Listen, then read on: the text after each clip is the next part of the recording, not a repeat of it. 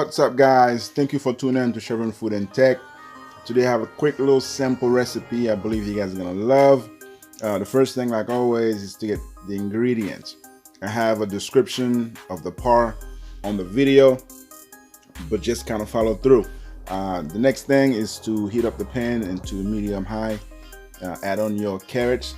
The carrots are not blanched. You don't have to blanch them if you don't want to.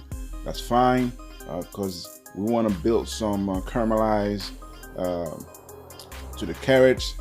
And the next thing we're gonna do is to add our potatoes. The potatoes are already cooked already. You can use red skin if you want, but I use Yukon Gold for that recipe. It's about half a potatoes cut in quarters. It's up to you how big you want it. This dish is for one serving or two maybe. And then we're gonna let it caramelize, let it fry for about 2 to 3 minutes max. And then you want to move the potatoes around every few seconds. Turn them around, make sure you get that little nice brown color, just like that, as you see on the video. And then you don't have to use baby carrots.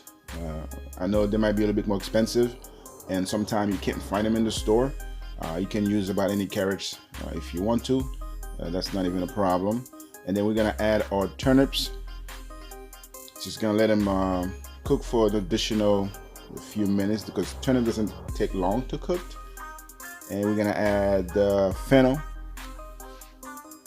So those are fresh fennels. If you can't find fresh fennels, you can add maybe a little bit of fennel seeds to it. You know, kind of give you that little licorice flavor.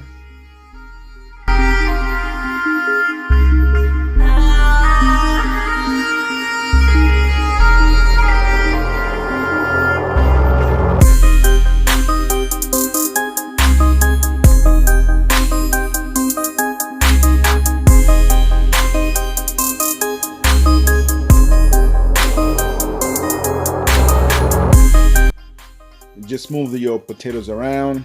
Now we're gonna add the mushrooms. I use portobello mushrooms. As I say, you don't have to use portobello mushrooms. You can use about any mushrooms that you have at your disposal. Cumini mushrooms, button mushrooms, it doesn't really matter. That is all up to you. Right about now, we add the garlic at the very last, because as I said, we don't want the garlic to be burned by adding it from the start. So we're gonna let it, cook a few more, and we're gonna hit it off with some seasoning salt. Always gotta season your meat, season your food. Always, you don't want to eat a bland food. And then we're gonna add our white wine. We're gonna deglaze the pan with some white wine and a little bit of lemon juice. I use about 4 ounces chicken stock on that recipe. So we want the carrots to be fully cooked, although the rest of the ingredients are cooked already, but we want the carrots to be fully cooked. We don't want it to be raw, but we still want it to be nice, al dente. I wish you guys could smell the aroma. Now we're just gonna do a little quick stir, and then we're gonna add a little bit of fresh basil. And look at that, looking lovely. And then what we're gonna do next is to finish it off in the oven.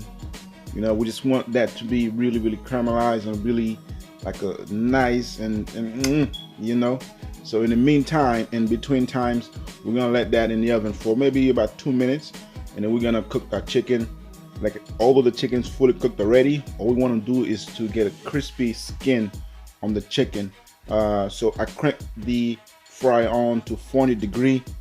As I said, we just want the chicken to be real nice and crispy from the outside, but still moist on the inside.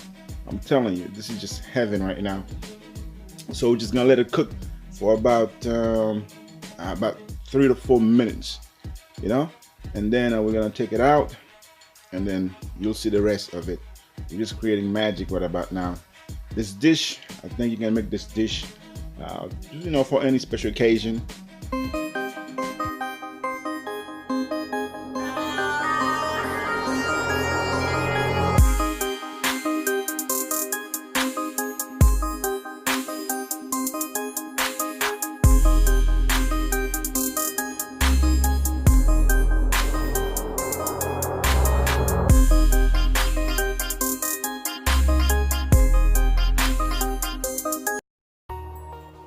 while our chicken is getting nice and brown on the fryer, we're just gonna use a cast iron.